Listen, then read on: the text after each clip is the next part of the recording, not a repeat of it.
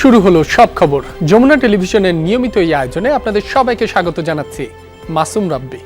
গ্রাহক পর্যায়ে বিদ্যুতের দাম বাড়ল গড়ে 16.68%, অর্থাৎ প্রতি ইউনিটে গড়ে বাড়তি মূল্য গুনতে হবে 1 টাকা 52 পয়সা। জুন থেকে এই নতুন মূল্য হার কার্যকর হচ্ছে। আজ রাজধানীর কারওয়ান বাজারে সংবাদ সম্মেলন করে সব শ্রেণীর গ্রাহক পর্যায়ে বিদ্যুতের দাম বাড়ানোর ঘোষণা দিয়েছে Bangladesh energy regulatory commission BERC। এপ্রিলে ডিজেলের মূল্য বৃদ্ধির প্রায় 1.5 মাস পর গ্রাহক পর্যায়ে বিদ্যুতের দাম বাড়ানো হলো। নতুন মূল্যহার অনুযায়ী প্রতি ইউনিট খুচরা বিদ্যুতের গড় দাম 1 টাকা 52 পয়সা বাড়িয়ে 9 টাকা 11 পয়সা থেকে 10 টাকা 63 পয়সা নির্ধারণ করা হয়েছে। এর ফলে 0 থেকে 50 ইউনিট পর্যন্ত প্রতি কিলোওয়াট 5 টাকা 32 পয়সা, 0 থেকে 75 ইউনিট 6 টাকা 18 পয়সা, 76 থেকে 200 ইউনিট 8 টাকা 50 পয়সা, 201 থেকে 300 ইউনিট 9 টাকা 10 পয়সা, 301 থেকে 400 ইউনিট 9 টাকা 62 পয়সা, 401 থেকে 600 ইউনিট 15 টাকা 1 পয়সা এবং 600 ইউনিটের বেশি হলে 17 টাকা 35 পয়সা মূল্য গুনতে হবে। এছাড়া কৃষি, সেচ ও শিল্প গ্রাহকদের ক্ষেত্রেও দাম বাড়ানো হয়েছে। পাইকারি পর্যায়ে অর্থাৎ বিদ্যুৎ কোম্পানিগুলোর জন্য দাম বাড়ানো হয়েছে 19.85%। এছাড়া সঞ্চালন চার্জ বেড়েছে 23.96%। বিদ্যুতের দাম বৃদ্ধির পরও পিডিবিকে বছরে ভর্তুকি গুনতে হবে 41,000 কোটি টাকা।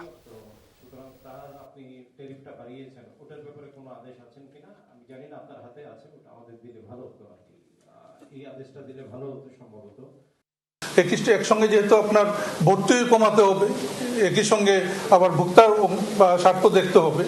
সো আমরা এখানে যেটা বাড়িয়েছি এটা 19.85 বাড়িয়েছি।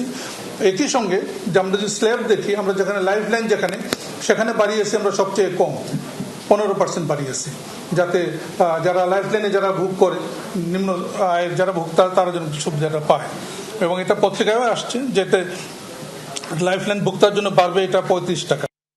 সন্তানদের সঙ্গ, ভরণ পোষণ করুণা নাকি এটি পিতামাতার অধিকার? আইন বলছে পিতামাতার প্রতি যথাযথ মর্যাদাপূর্ণ আচরণ না করা দণ্ডনীয় অপরাধ। আর শুধু বৃদ্ধ নয়, যে কোনো বয়সেই পিতামাতার প্রতি সদাচরণে আছে ধর্মীয় অনুশাসনও। প্রশ্ন ওঠে, পিতামাতার প্রতি কতটুকু যত্নবান হতে পারছে সন্তানরা?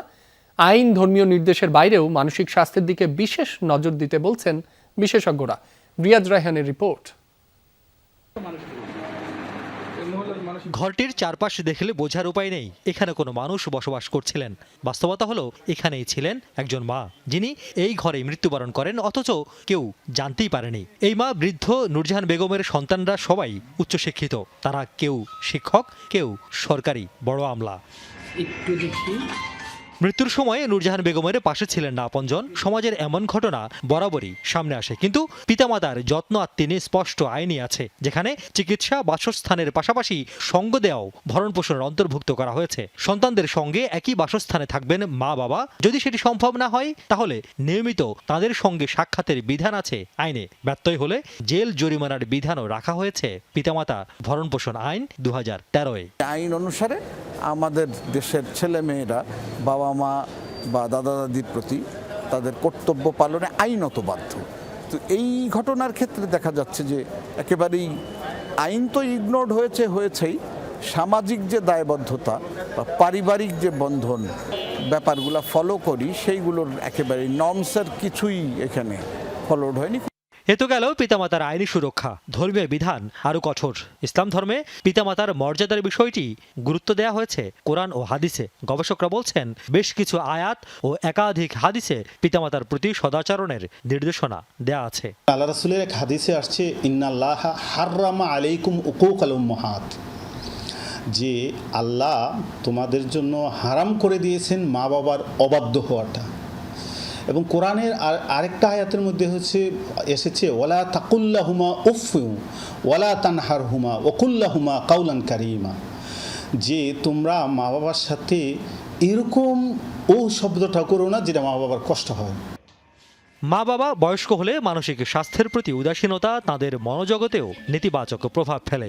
মনোরোগ বিশেষজ্ঞরা বলছেন মিরপুরের নূরজাহান বেগমের ক্ষেত্রেও এমনটি ঘটে থাকতে পারে। যেটা মনে হচ্ছে যে হয়তো উনি কোনো রকমের জটিল মানসিক রোগে ভুগছিল, এবং আমাদের কিছু কিছু সাইকিয়াট্রিক কন্ডিশন আছে যে ক্ষেত্রে রোগী দেখা যায় যে খুব পরিবারের নিকট মানুষকে খুব সন্দেহ করে, কোনো ভিত্তিহীন সন্দেহ করে, এবং সন্দেহটা কিন্তু অনেক ক্ষেত্রে এমনভাবেই করে যে তারা মেরে ফেলতে চাচ্ছে, তারা ক্ষতি করার চেষ্টা করছে। যেহেতু এই সাইকিয়াট্রিক বিষয়গুলো অনেক ক্ষেত্রে অনেকে বুঝে উঠতে পারে না, তো হতে পারে যে তারা হয়তো বুঝে উঠতে পারেনি বলে বিষয়টাকে তারা অনেকখানি চেষ্টা করছে এটা যে চিকিৎসা করা প্রয়োজন, চিকিৎসা করলে যে ভালো হতে পারে সেটা হয়তো বা তারা অতখানি নাও বুঝতে পারে। কোনো ঘটনার জন্য একটি নির্দিষ্ট বিষয়কেই দায়ী না করে ঘটনার পূর্বাপরে বিশ্লেষণও জরুরি বলে মনে করেন মানসিক স্বাস্থ্য বিশেষজ্ঞরা। রিয়াজ রায়হান, যমুনা নিউজ, ঢাকা। এবার নিজের দোষ স্বীকার করে আদালতের কাছে প্রকাশ্যে ক্ষমা চাইলেন রামিসা ধর্ষণ ও হত্যা মামলার আসামি সোহেল রানা। একই সাথে অভিযুক্ত করেন ডলার নামের এক ব্যক্তিকে। তবে সোহেলের স্ত্রী স্বপ্না নিজের দোষ স্বীকার করেননি। কাল দুই পক্ষের যুক্তিতর্ক উপস্থাপন, পরে রায় ঘোষণার দিন ধার্য করবেন ঢাকা মহানগর শিশু সহিংসতা দমন ট্রাইব্যুনাল।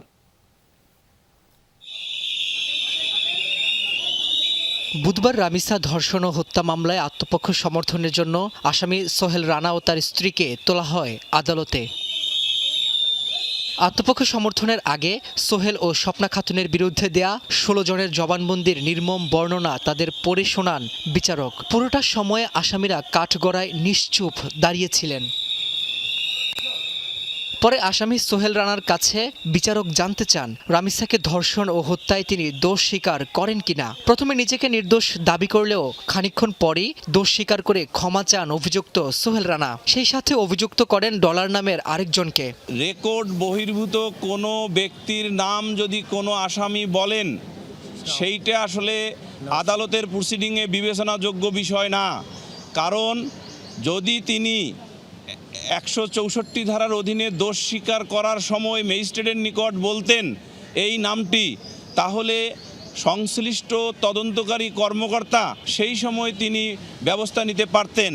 এদিন ঢাকা মহানগর শিশু সহিংসতা দমন ট্রাইব্যুনালের বিচারক আসামি স্বপ্না খাতুনকে বলেন, অভিযোগ ও সাক্ষ্য প্রমাণ প্রমাণিত হলে রামিসাকে ধর্ষণ ও হত্যায় স্বামীকে সহযোগিতা করার দায়ে তারও একই সাজা হবে। পরে স্বপ্না খাতুন নিজেকে নির্দোষ দাবি করেন। আসামি বলেছে আমি ভুল করেছি, আমি মাপ চাই। তার পক্ষে কোনো ছাপাই সাক্ষী নাই বিদেশে আজকে ছাপাই সাক্ষী দিবে না। পরে মামলার যুক্তিতর্ক উপস্থাপনের জন্য বৃহস্পতিবার ধার্য করেন আদালত। যুক্তিতর্ক শেষে রায় ঘোষণার দিন ধার্য করা হবে। রাব্বি হোসেন, যমুনা নিউজ, ঢাকা। জাতিসংঘের সাধারণ পরিষদের সভাপতি হিসেবে পররাষ্ট্রমন্ত্রী নির্বাচিত হওয়া নিঃসন্দেহে বাংলাদেশের জন্য অনন্য এক মাইল ফলক। ডক্টর খলিলুর রহমান পূর্ণ দায়িত্বে থাকবেন কি না তা ঠিক করবেন প্রধানমন্ত্রী। পররাষ্ট্র মন্ত্রণালয়ে এক ব্রিফিংয়ে কথা জানিয়েছেন প্রতিমন্ত্রী শামা ওবায়দ। বলেছেন, হাদি হত্যাকাণ্ড নিয়ে পশ্চিমবঙ্গের নির্বাচনে পরাজিত প্রার্থীর বক্তব্য আমলে নিচ্ছে না ঢাকা। সীমান্ত হত্যার ও প্রধানমন্ত্রীর প্রথম বিদেশ সফর নিয়েও কথা বলেন শামা ওবায়দ। 40 বছর পর জাতিসংঘ সাধারণ পরিষদের সভাপতি নির্বাচিত হয়েছে বাংলাদেশ। সে আনন্দের ছোঁয়া ছিল পররাষ্ট্র দপ্তরে। সকালে মন্ত্রণালয়ে ঐতিহাসিক এই অর্জনকে স্বাগত জানিয়ে গণমাধ্যমের সাথে কথা বলেন প্রতিমন্ত্রী শামা ওবায়দ।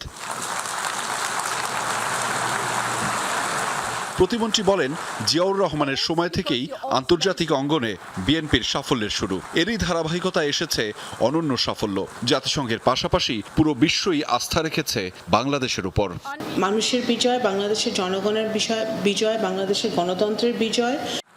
শামা ওবায়দ বলেন, জাতিসংঘের দায়িত্ব পালনকালে পররাষ্ট্রমন্ত্রী পূর্ণ দায়িত্বে থাকবেন কিনা সে বিষয়ে সিদ্ধান্ত নেবেন প্রধানমন্ত্রী তারেক রহমান। প্রতিমন্ত্রী আরও জানান, বহু দেশ থেকে আমন্ত্রণ এলেও প্রধানমন্ত্রী প্রথম কোন দেশ সফর করবেন সে সিদ্ধান্ত এখনো হয়নি। উনি যখন ওনার সুদৃঢ় নেতৃত্বে যখন আমরা এই বিজয়টা অর্জন করতে পেরেছি, তখন পররাষ্ট্র মন্ত্রণালয় কিভাবে চলবে সেটা উনি সিদ্ধান্ত নেবেন। মাননীয় প্রধানমন্ত্রীর সফরের ব্যাপারে সেই ব্যাপারে ব্যাপারে আমার মনে হয় না আপনারা কোনো নিউজই আপনাদের এখন পর্যন্ত সিরিয়াসলি নেওয়া উচিত, এবং আমারও এটা নিয়ে কোনো কমেন্ট করা উচিত। আপনারা অপেক্ষা করেন মাননীয় প্রধানমন্ত্রী সফর যখন হবে, মাননীয় প্রধানমন্ত্রীর দপ্তর থেকে ওনার অবশ্যই ওনার প্রেস উইং সেটা অফিসিয়ালি জানাবেন। হাদি হত্যাকাণ্ড নিয়ে পশ্চিমবঙ্গের মসনদ হারানো মমতা ব্যানার্জির মন্তব্য বাংলাদেশের কাছে বিবেচ্য নয় বলেও জানান তিনি। হত্যাকাণ্ডের সুষ্ঠু বিচার নিশ্চিতে সচেষ্ট সরকার। পরাজিত একজন নেতা একটা কথা বলেছে, that is not our matter. Already তো আমরা এটা নিয়ে কাজ চলছে, কাজ এগিয়েছে, আমাদের এগিয়েছে, এবং আমরা এটা নিয়ে খুবই সিরিয়াসলি হোম মিনিস্ট্রি, স্বরাষ্ট্র মন্ত্রণালয় এবং পররাষ্ট্র মন্ত্রণালয় এটা নিয়ে কাজ করছে। হাদি হত্যার বিচার আমরা চাই। মিয়ানমার সীমান্তে মাইন বিস্ফোরণের ঘটনা নিয়ে নেপিদোর সাথে কথা বলবে ঢাকা। মিয়ানমার বাংলাদেশ সীমান্তে আমাদের বিজিবি সহ অন্যান্য সংস্থাগুলো অত্যন্ত কঠোর অবস্থায় আছে। তো এইটার ঘটনা অত্যন্ত দুঃখজনক। এখানে কি ঘটেছে এটা আমরা খতিয়ে দেখব। অবশ্যই মিয়ানমার সরকারের সাথে আমরা যোগাযোগ করব। আহমেদ রেজা, যমুনা নিউজ, ঢাকা। হাদি হত্যায় ভারত অন্তর্বর্তীকালীন সরকারকে যুক্ত করেছিল কি না সেটি তদন্ত করে বের করার দাবি জানিয়েছে ইনকিলাব মঞ্চ। বিকালে ঢাকা বিশ্ববিদ্যালয়ে মধুর ক্যান্টিনের সামনে এক সংবাদ সম্মেলনে এমন দাবি জানায় সংগঠনটি। বলেন, হাদির খুনিরা সীমান্ত পেরিয়ে যাওয়ার পেছনে বিজিবি প্রধানকে জবাবদিহির আওতায় আনতে হবে। এছাড়া দেশের গোয়েন্দা সংস্থাগুলোও সম্পৃক্ত থাকার আশঙ্কা করছে ইনকিলাব মঞ্চ। জুলাই পরবর্তী সময়ে ভারত আওয়ামী লীগের মাধ্যমে আধিপত্যবাদ কায়েম করত, তাই ভারতের জন্য মাথা ব্যথার কারণ হয়ে দাঁড়ায় ওসমান হাদি। বলেন, ভারতের সাথে এই দেশে যারা খুনিকে সেফ এক্সিট দেওয়ার চেষ্টা করেছে তারাও খুনি। দেশের এমন কোনো ব্যক্তি বা সংস্থা এই হত্যাকাণ্ডে জড়িত আছে যারা এখনো ক্ষমতাসীন, যার পরিচয় জানলে দেশ অস্থিতিশীল হয়ে যাবে। হাদিকে শুধু আওয়ামী বিরোধিতার কারণে হত্যা করা হয়নি বলেও দাবি করেন তারা। হাদির খুনে ভারতের সংশ্লিষ্টতা থাকে। এখন তদন্তের বিষয় সামনে এসে দাঁড়িয়েছে যে ভারত এই খুনের পুরো প্রক্রিয়াটা সম্পন্ন করবার জন্য ইন্টারিমকেও এই কাজে অন্তর্ভুক্ত করেছিল কিনা সেইটা আমরা জানতে চাই। যুদ্ধবিরতির মধ্যে আবারও পাল্টাপাল্টি হামলায় জড়িয়েছে যুক্তরাষ্ট্র ইরান। মঙ্গলবার ইরানগামী ট্যাঙ্কারে মার্কিন হামলার জবাবে কুয়েত ও বাহরাইনে মিসাইল ড্রোন হামলা চালায় তেহরান। টার্গেট করা হয় দেশ দুটিতে অবস্থিত যুক্তরাষ্ট্রের ৫ম নৌবহর ও আলী আল সালেম ঘাঁটি। ক্ষতিগ্রস্ত হয় কুয়েত আন্তর্জাতিক বিমানবন্দরের টার্মিনালও। দেশটিতে নিহত হয় একজন, আহত আরও বেশ কয়েকজন। এর আগে ইরানের কৌশলগত গুরুত্বপূর্ণ দ্বীপ কেশমে হামলা চালায় মার্কিন সেন্ট্রাল কমান্ড। মঙ্গলবার স্থানীয় সময় রাত ইরানের গোপন একটি স্থান থেকে ছোড়া হয় একের পর এক মিসাইল। লক্ষ্য বাহরাইন ও কুয়েত। দেশ দুইটির গুরুত্বপূর্ণ বিভিন্ন স্থাপনা লক্ষ্য করে অন্তত 5টি ব্যালিস্টিক ক্ষেপণাস্ত্র ছড়ে রেভলিউশনারি গার্ড আইআরজিসি। নিক্ষেপ করা হয় বেশ কয়েকটি শাহেদ ড্রোন। হামলায় টার্গেট করা হয় বাহরাইনে অবস্থিত যুক্তরাষ্ট্রের ৫ম নৌবহর। ভূপাতিত করা হয় 3টি ক্ষেপণাস্ত্র। অন্তত 2 দফায় হামলার শিকার হয় কুয়েতের আলী আল সালেম মার্কিন ঘাঁটি। 2টি মিসাইল সফলভাবে ভূপাতিতের দাবি করে যুক্তরাষ্ট্র। কুয়েত আন্তর্জাতিক বিমানবন্দরের টার্মিনালে আঘাত হানে ইরানের ড্রোন ও মিসাইল। এতে স্থাপনাটির উল্লেখযোগ্য ক্ষয়ক্ষতি হয়। এছাড়াও পারস্য উপসাগরে বেসামরিক নৌযান লক্ষ্য করে ছোড়া কয়েকটি ইরানি ড্রোনও প্রতিহত করে সেন্টকম। এদিকে নৌ অবরোধ ভঙ্গের চেষ্টা করায় ইরানগামী একটি ট্যাঙ্কারে প্রথমে হামলা চালায় যুক্তরাষ্ট্র। আকাশযান থেকে ছোড়া হয় হেলফায়ার মিসাইল, যা আঘাত হানে জাহাজটির ইঞ্জিন রুমে। হামলার একটি ভিডিও প্রকাশ করে সেন্ট্রাল কমান্ড। পরে ইরানের কৌশলগত গুরুত্বপূর্ণ দ্বীপ কেশমে হামলা চালায় মার্কিন সামরিক বাহিনী। টার্গেট করা হয় ইরানি সামরিক বাহিনীর একটি গ্রাউন্ড কন্ট্রোল স্টেশন। তবে কোনো ক্ষয়ক্ষতির তথ্য পাওয়া যায়নি। প্রতিরক্ষার স্বার্থে ও তেহরানের বিভিন্ন হামলার জবাবে চালানো হয়েছে এই হামলা বলে দাবি করে সেন্টকম।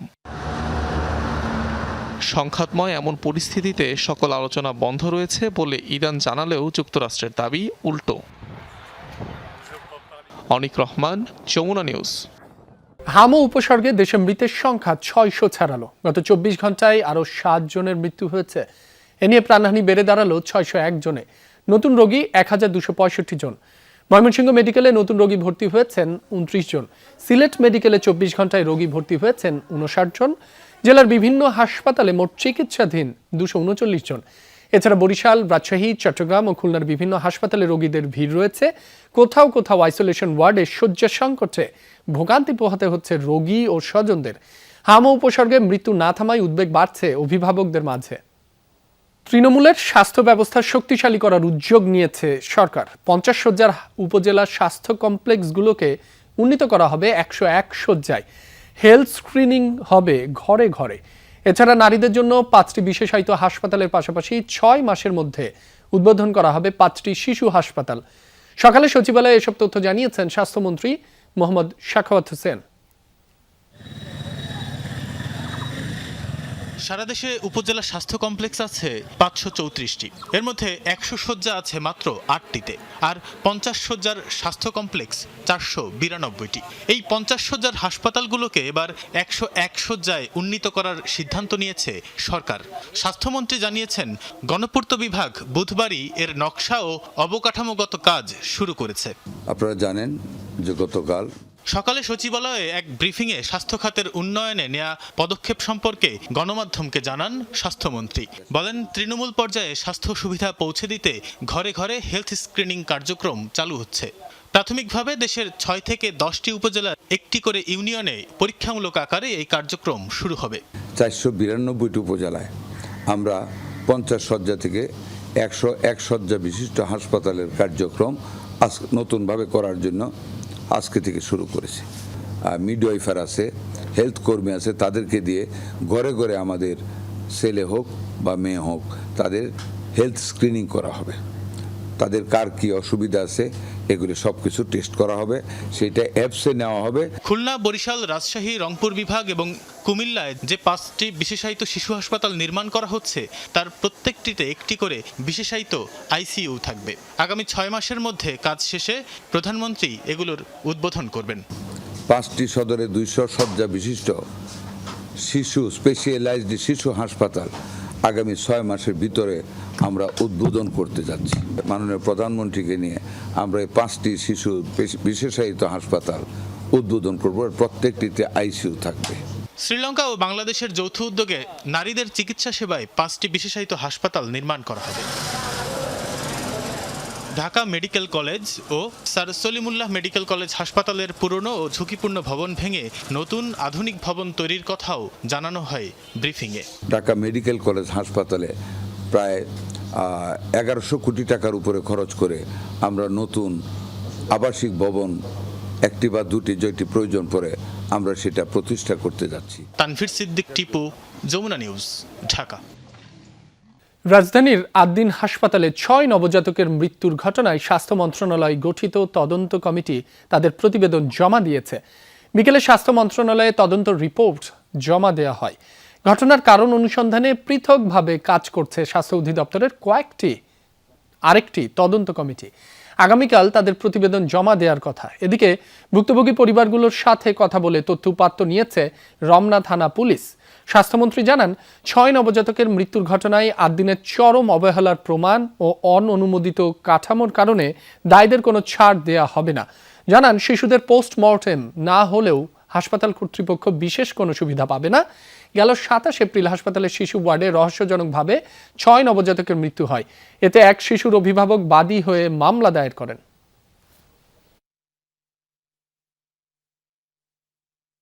ছয়টা বেবি সম্পূর্ণ অবহেলার কারণে মারা গিয়েছে এবং রাজুকো যে রিপোর্ট দিচ্ছে সেটাতে টোটালি আনঅথরাইজড ইন্টার্ন সবকিছু বিবেচনায় আমার মনে হয় না এই মামলায় তারা কোনো বেনিফিট পাবে বা এই অপরাধে তারা কোনো ছাড় পাবে, আমার মনে হয় না। কক্সবাজার শহরে ফের রক্ত ঝরল সংঘর্ষে। কথা কাটাকাটিকে কেন্দ্র করে 2 যুবক নিহতের ঘটনার পর এলাকায় দেখা দিয়েছে আতঙ্ক ও ক্ষোভ। স্থানীয়দের প্রশ্ন, এমন ঘটনা বারবার কেন? হত্যাকাণ্ডের কারণ খুঁজছে পুলিশ, আর জড়িতদের দ্রুত গ্রেফতারের দাবি উঠছে বিভিন্ন মহল থেকে। কথা কাটাকাটিকে কেন্দ্র করে কক্সবাজার পৌরসভার পাহাড়তলী ইসলামপুর এলাকায় মঙ্গলবার গভীর রাতে সংঘর্ষে নিহত হয় 2 যুবক। পরিবার ও স্থানীয়দের দাবি, পূর্বের বিরোধের জের ধরেই ঘটেছে এই হত্যাকাণ্ড। তবে কারা ঘটনার সঙ্গে জড়িত তা নিয়ে এখনো রয়েছে ধোঁয়াশা। সামান্য একটা বিষয় নিয়ে কথা কাটাকাটি হয়েছে। কথা কাটাকাটির মধ্যে আমরা যতটুকু জানতে পারতেছি খোঁজখবর নিয়ে সংঘর্ষ হয়ে গেছে। খালি করে দিয়ে আর ভাইয়েরা খালি করে বেলাইয়া আর ভাই ভাই তিন বুয়া মা সারা ভূত। বাংলাদেশ সরকারের কাছে বিনীত অনুরোধ, আমার নিরীহ সন্তানের বিচার এই সরকারের কাছে আমি চাই। ঘটনার পর স্থানীয় জনপ্রতিনিধিরা দ্রুত প্রশাসনিক হস্তক্ষেপ ও অপরাধীদের গ্রেফতারের দাবি জানিয়েছেন। তাদেরকে যেন অবিলম্বে গ্রেপ্তার করা হয় এবং চিরুনি অভিযান যেন চালানো হয়, অস্ত্রগুলা যেন উদ্ধার করা হয়। আমাদের জীবনের নিরাপত্তা চাই আমরা সরকারের কাছে। পুলিশ জানায় ঘটনার প্রকৃত কারণ উদ্ঘাটন এবং জড়িতদের শনাক্তে কাজ চলছে মামলার প্রস্তুতিও। এলাকার আধিপত্য এবং বিভিন্ন অপরাধমূলক কর্মকাণ্ড প্লাস যেটা বলে টাকা পয়সার লেনদেনটা আর্থিক লেনদেন নিয়ে উভয় পক্ষের মুখোমুখি অবস্থানে তাৎক্ষণিকভাবে উভয় পক্ষ সংঘর্ষ করা যাচ্ছে। নিহত হৃদয় চকরিয়ার খোটাকালী ইউনিয়নের দক্ষিণ মেদাকচ্ছপিয়া ও অপরজন নিহত আসিফ কক্সবাজার শহরের ইসলামপুর এলাকার বাসিন্দা। জুবাইর রিফাত, যমুনা নিউজ। এদিকে নেত্রকোনার কেন্দুয়ায় পাওনা টাকা নিয়ে সংঘর্ষে এক যুবক নিহত হয়েছেন। এই ঘটনায় দুজনকে আটক করেছে পুলিশ। দুপুরে উপজেলার দলপা গ্রামে এই ঘটনা ঘটে। নিহত যুবকের নাম মিলন মিয়া। স্থানীয়রা জানায় মিলনের কাছে ২,০০০ টাকা পেত একই গ্রামের ইমন মিয়া। দুপুরে সেই পাওনা টাকা নিয়ে দুজনের মধ্যে কথা কাটাকাটি হয়। এক পর্যায়ে তার সংঘর্ষের রূপ নেয়। এ সময় মিলনকে ধারালো অস্ত্র দিয়ে গলায় আঘাত করে ইমন। গুরুতর আহত অবস্থায় মিলনকে হাসপাতালে নেওয়া হলে মৃত ঘোষণা করেন চিকিৎসক। এদিকে মৃত্যুর খবর শুনে অভিযুক্ত ইমন এবং তার মাকে আটক করে স্থানীয়রা। পরে পুলিশ ঘটনাস্থলে গিয়ে তাদের হেফাজতে নেয়। রাজধানীতে ছিনতাই ও অপহরণে জড়িত দুটি পৃথক চক্রের ৯ সদস্যকে গ্রেফতার করেছে আইনশৃঙ্খলা বাহিনী। এর মধ্যে মোহাম্মদপুর ও আদাবর এলাকায় অপহরণ করে মুক্তিপণ আদায়কারী একটি চক্রের ৭ সদস্য গ্রেফতার হয়েছে। ডিএমপির অতিরিক্ত উপ পুলিশ কমিশনার ফজলুল করিম জনগণকে ভীত না হওয়ার আহ্বান জানিয়ে বলেছেন, নিরাপত্তা নিশ্চিতে নানা পদক্ষেপ নিয়েছে আইনশৃঙ্খলা বাহিনী।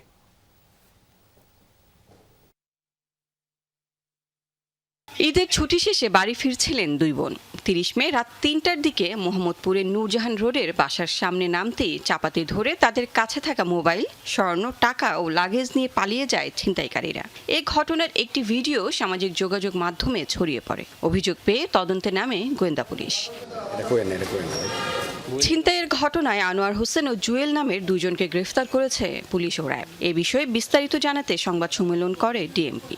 অতিরিক্ত উপ পুলিশ কমিশনার জানান, নারায়ণগঞ্জের বন্দর থানা এলাকায় অভিযান চালিয়ে তাদের গ্রেফতার করা হয়। নারায়ণগঞ্জে থাকলেও এই চক্রটির কর্মকাণ্ড পরিচালিত হয় মোহাম্মদপুর ঘিরে। ঘটনার সঙ্গে জড়িত আরও কয়েকজনকে শনাক্ত করা হয়েছে, তাদেরও গ্রেফতার করা হবে। বিভিন্ন সোর্সের মাধ্যমে জানতে পারলাম যে সে আর এই এলাকায় থাকে না। তারপরে আমরা তথ্য প্রযুক্তির সহায়তা নিলাম। সহায়তা নিয়ে আমরা দেখতে পারলাম যে সে বেশ কিছুদিন যাবতই এই লোকটা সে নারায়ণগঞ্জ বন্দর থানা এলাকায় সে বাসা ভাড়া নিয়ে বসবাস করছে।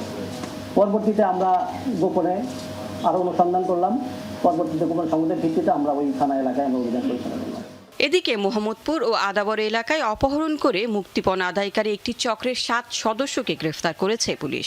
সম্প্রতি শ্যামলী বাস স্ট্যান্ড এলাকা থেকে সাদমান সাকিব নামে এক যুবককে অপহরণ করে তার পরিবারের কাছে ৫০,০০০ টাকা মুক্তিপণ দাবি করা হয়। সাকিবের ঘটনার সূত্র ধরে চক্রটিকে গ্রেফতার করা হয়। দীর্ঘদিন ধরে টার্গেট করে অপহরণ করত চক্রটি। বিভিন্ন সময় গাড়িতে তুলে এরা ঘুরতে থাকতো এবং তাদেরকে ওই যে ভিকটিম যে তার ফোনের মাধ্যমে কিন্তু তার আত্মীয় স্বজন বা বাবা মার সাথে তারা যোগাযোগ করে এবং দেখা যেত ইভেন এমন আমরা পেয়েছি যে ওই ভিকটিমের বিকাশী টাকা নিয়ে আসে। ছোটখাটো অপরাধীর সংখ্যা বেশ রয়েছে। এইটা প্রিভেন্ট করার জন্য মোহাম্মদপুর থানা ভেঙে হয়তো আরো 2টা থানা আমরা এখানে করতে পারবো। অপরাধ নিয়ন্ত্রণে টহল কার্যক্রম জোরদার, প্রিভেন্টিভ অ্যারেস্ট সহ বিভিন্ন পদক্ষেপ নেওয়া হয়েছে বলেও জানান ডিএমপির অতিরিক্ত উপ পুলিশ কমিশনার। কোনোভাবেই কেউ ভীত হওয়ার কোনো কারণ নাই। Lovely Bithi, Jamuna news, Dhaka.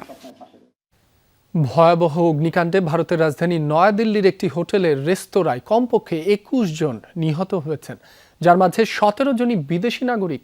ভারতীয় গণমাধ্যমের দাবি, প্রাণ হারানোদের তালিকায় রয়েছে বাংলাদেশীয়। দগ্ধ হয়েছে আরও বেশ কয়েকজন।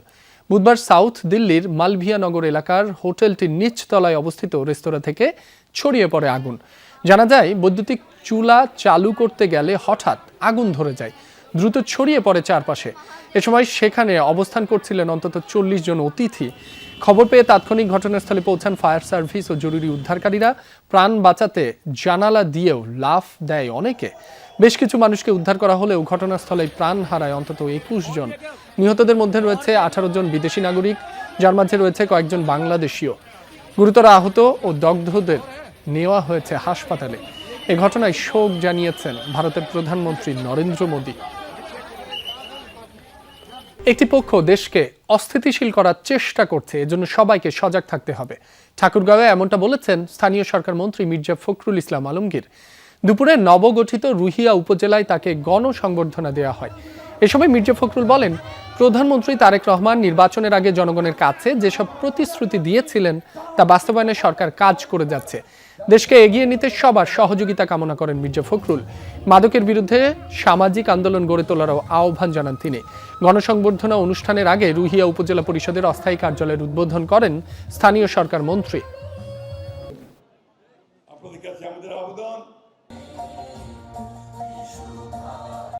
আপনাদের কাছে আমাদের আবেদন, যে অস্থিতিশীলতা সৃষ্টি না করতে পারে তার জন্য আপনাদেরকে সতর্ক থাকা, সজাগ থাকা।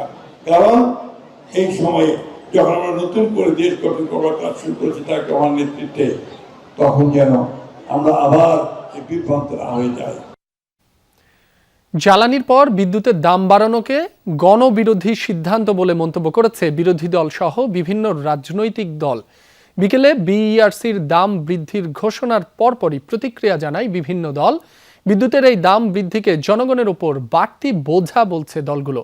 অবিলম্বে এই সিদ্ধান্ত থেকে সরে আসার আহ্বান জানিয়েছেন। অন্যথায় জনগণকে সাথে নিয়ে আন্দোলনের ঘোষণা দেওয়ার হুঁশিয়ারি দিয়েছে কোনো রাজনৈতিক দল। এটা জনগণের সাথে অনেকটা প্রতারণার শামিল আমরা মনে করছি, এবং জনদুর্ভোগ এটা উত্তর বৃদ্ধি পাচ্ছে গিয়ে। এটা জনগণকে এই ভয়াবহ চাপের মধ্যে ফেলা সরকারের জন্য আমরা মনে করি যে মোটেই উচিত হচ্ছে না। ডাবল ট্রিপল ভাবে সাধারণ মানুষের পকেট কাটা যাবে। তার মানে আমাদের দেশের সাধারণ মানুষের একেবারে নাস্তানাবুদ অবস্থা হবে। কোনো দায়িত্বশীল সরকারের এ ধরনের পদক্ষেপ নিতে পারে না। কোনো দায়িত্বশীল সরকার এ ধরনের পদক্ষেপ নিতে পারে না। এটা একটা গণবিরোধী সিদ্ধান্ত বলে আমরা মনে করি। বাংলাদেশ ভারত সীমান্তে উত্তেজনা যেন থামছেই না। আজ আবারও জয়পুরহাটের পাঁচবিবি সীমান্তে আন্তর্জাতিক আইন অমান্য করে কাঁটাতারের বেড়া দেওয়ার চেষ্টা করেছে ভারতীয় সীমান্তরক্ষী বাহিনী বিএসএফ। উপজেলার পূর্ব উচনা ঘোনাপাড়া সীমান্ত এলাকায় এই ঘটনা ঘটে।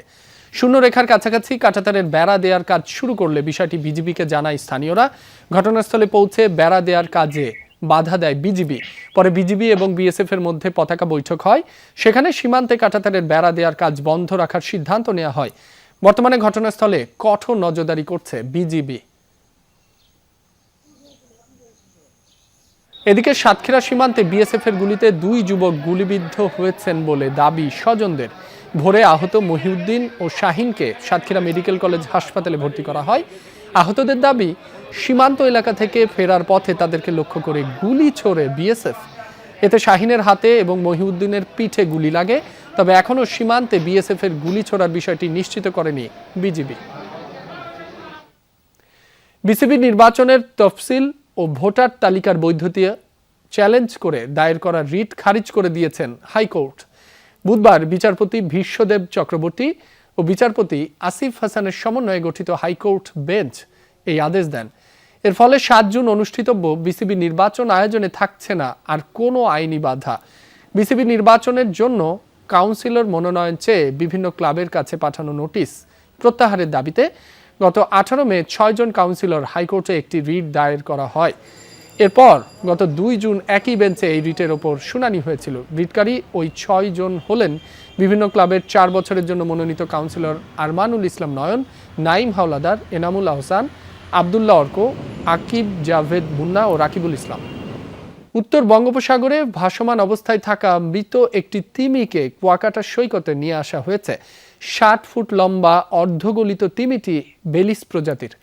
সাগরে ভাসমান অবস্থায় মৃত তিমিটিকে দেখতে পেয়ে স্থানীয়দের মধ্যে ব্যাপক কৌতূহলের সৃষ্টি হয়।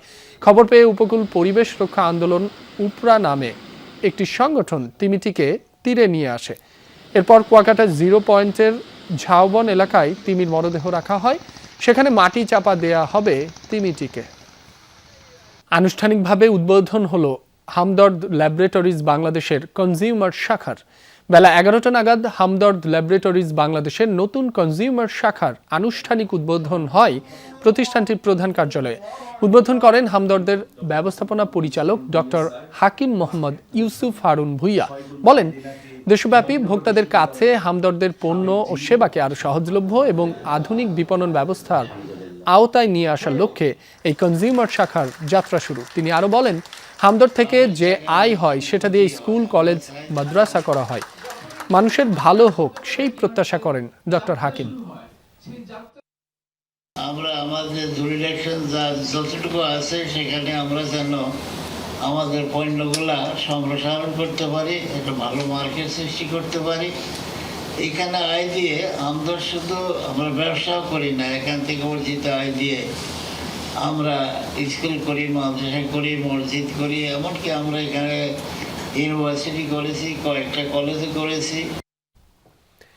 ধারালো অস্ত্র নিয়ে এক ভারতীয় বংশোদ্ভূতের হামলায় ব্রিটিশ নাগরিক নিহত হওয়ার ঘটনায় চলছে তোলপাড়।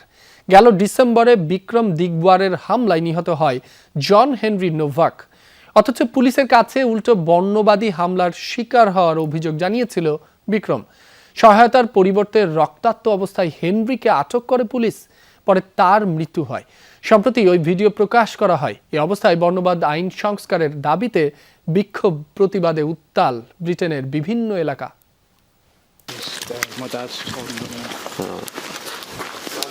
এক ভারতীয় ধারালো অস্ত্রের আঘাতে মুমূর্ষু অবস্থা ব্রিটিশ তরুণ হেনরি নোভাকের।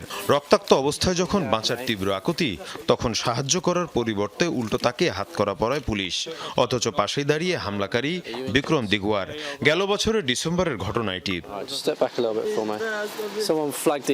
অভিযোগ ওঠে বিক্রমের উপর বর্ণবিদ্বেষী হামলা করেন হেনরি। টান দিয়ে তার পাগড়ি খুলে দেওয়ার চেষ্টা করেন। তবে তদন্তে সব অভিযোগ ভুল প্রমাণ হয়। উল্টোই ব্রিটিশ তরুণকে ধারালো অস্ত্র দিয়ে হত্যার চেষ্টা করে বিক্রম, এমন প্রমাণ পাওয়া যায়। ঘটনা পুনরায় তদন্তের পর 21 বছরের কারাদণ্ড দেওয়া হয় বিক্রমকে। হামলার ফুটেজও প্রকাশ করে পুলিশ। এরপর থেকেই চলছে তোলপাড়। বিক্ষোভ প্রতিবাদে উত্তাল ব্রিটেনের বিভিন্ন এলাকা। আমরা আমাদের নিজেদের অস্তিত্বের জন্য লড়াই করছি। আমাদের নিরাপত্তা কোথায়? আমরা ট্যাক্স দেই, সেসব অর্থ কোথায় যাচ্ছে? বর্ণবাদের অভিযোগ কিভাবে ওই ঘটনার ওপর প্রভাব বিস্তার করেছে তা খতিয়ে দেখা উচিত, কারণ ভিডিওটি দেখার পর আমি নিজেও রীতিমতো অসুস্থ হয়ে পড়েছি। এ অবস্থায় দাবি উঠেছে অভিবাসন এবং বর্ণবাদ বিরোধী আইন সংস্কারের। মীর মুশফিকা হাসান, যমুনা নিউজ। রুশ নিয়ন্ত্রিত ইউক্রেনের দোনেৎস্ক অঞ্চলে ড্রোন হামলায় কমপক্ষে 7 জন নিহত হয়েছে। বুধবারের এই হামলায় আহত হয়েছে আরও অন্তত 11 জন। রাশিয়ার নিয়োগ দেওয়ায় স্থানীয় প্রশাসন নিশ্চিত করেছে এই তথ্য। জানায়, একটি যাত্রীবাহী বাসে আঘাত হানে ড্রোনটি, যেটি মস্কো থেকে ক্রেমিয়া যাচ্ছিল। প্রাথমিকভাবে সন্ত্রাসী হামলা বিবেচনা করে তদন্ত শুরু করেছে মস্কো। তবে এখনও ইউক্রেন এই হামলার দায় স্বীকার করেনি। এর আগে রাশিয়া নিয়ন্ত্রিত লুহানস্কের একটি ছাত্রাবাসে হামলা চালায় কিয়েভ, যার জবাবে ইউক্রেনে হামলা আরও জোরদার করেছে রুশ বাহিনী। এই ছিল সব খবরের এখনকার আয়োজন। এতক্ষণ যারা সাথে ছিলেন সবাইকে ধন্যবাদ।